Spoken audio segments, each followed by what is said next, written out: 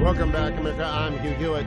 David Drucker is an Angelino. He's also the senior political writer at the Dispatch. David, I hope your family out here is in good shape. Anyone affected by the fires? Well, everybody's affected in some way. So far, the cousins that I have that live out there, the friends that I have that live out there that I know directly are okay. But everybody that I've talked to, and all of them, they all know somebody who's been impacted, who lost their home. So it's just been really scary. I do have family that they've had to evacuate, but then they were able to get back in. Same with, my sister and my mother. Obviously, we're all from out there, even though we don't live out there anymore. All know people that have either been evacuated or impacted in some way. So I'm in Orange County, David, and I've got a couple of evacuees with the Fetching Mrs. Hewitt and I, and we're following the news very closely. Wind gusts already of 70 miles an hour today. I myself do not want federal aid absent conditions. Very controversial position out here.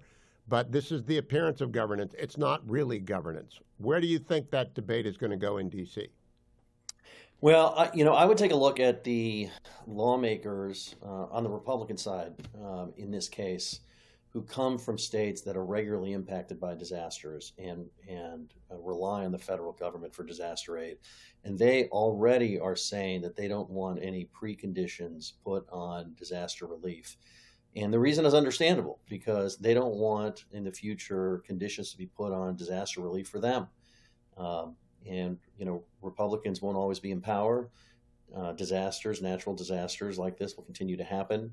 And they don't want to face a situation where a Democratic administration or a Democratic Congress decides to put conditions on disaster aid for them. And so I think you're going to see resistance from Republicans in these states. And when you're talking the margins that exist in the House and Senate, I think that's significant.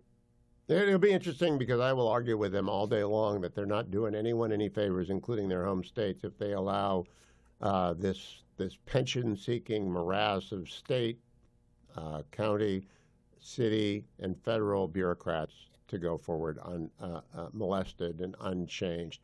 David, let me switch to the other big story. The hostage deal appears to be imminent. It's not done yet. Could fall apart.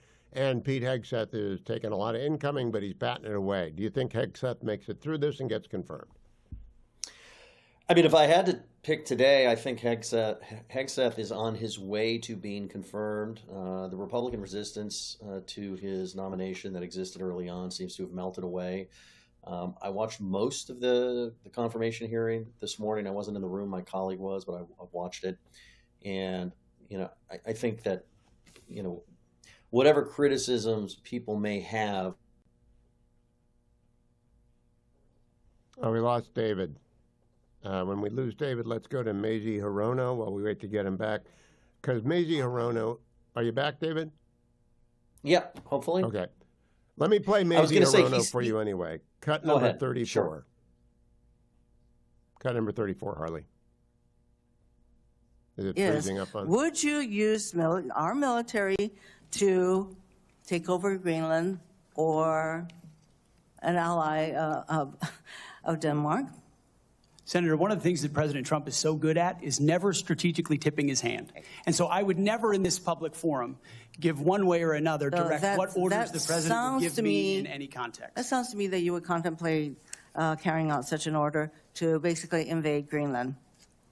All right, so this is the level of idiocy some Democrats have dropped to, David. Did that get Elizabeth Warren got laughed at, hooted at in this hearing. It is kind of a silly sequence.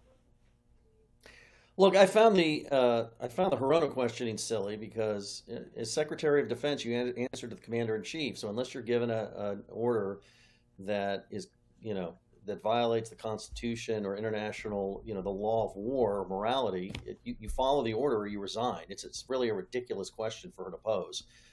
You can take issue with the president's incoming president's statements about Greenland. There's a lot to talk about there, and you can be critical with some of the things that the president-elect has said. But this question to Hegseth was kind of ridiculous, and so I didn't really pay much attention to it. I thought that this whole process would have been better served by a broader discussion about China. What are the nominee's thoughts on dealing with a rising and expansionist China, not to mention, Russia and the Iranian threat. Obviously, Trump is the commander in chief. He will make these decisions, but he welcomes input from his cabinet, and you want people around you that have, well-developed strategic thoughts and knowledge about global hotspots when you're the Secretary of Defense, not to mention how it is that we ramp up production of military assets. We are lacking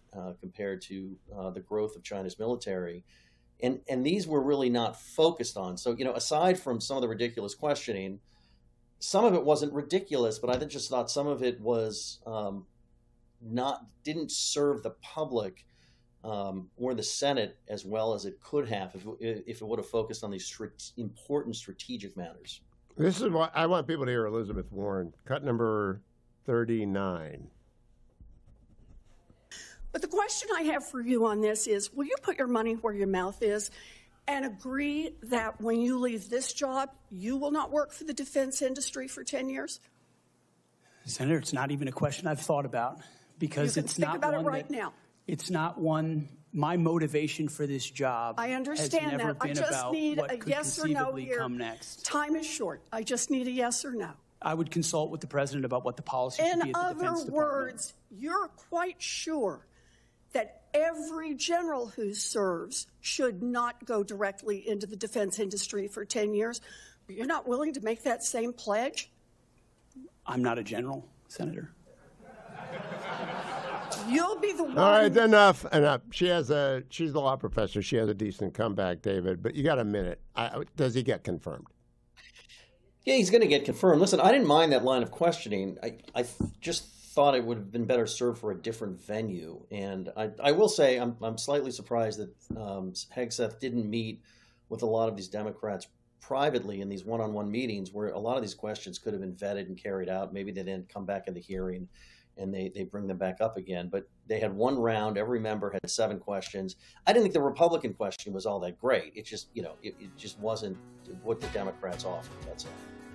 The reason I wouldn't meet with them is that they're not in good faith. They're just not in good faith. David Drucker, always good to talk to you. David M. Drucker, I hope your family and friends out here are okay in California. I'll be right back.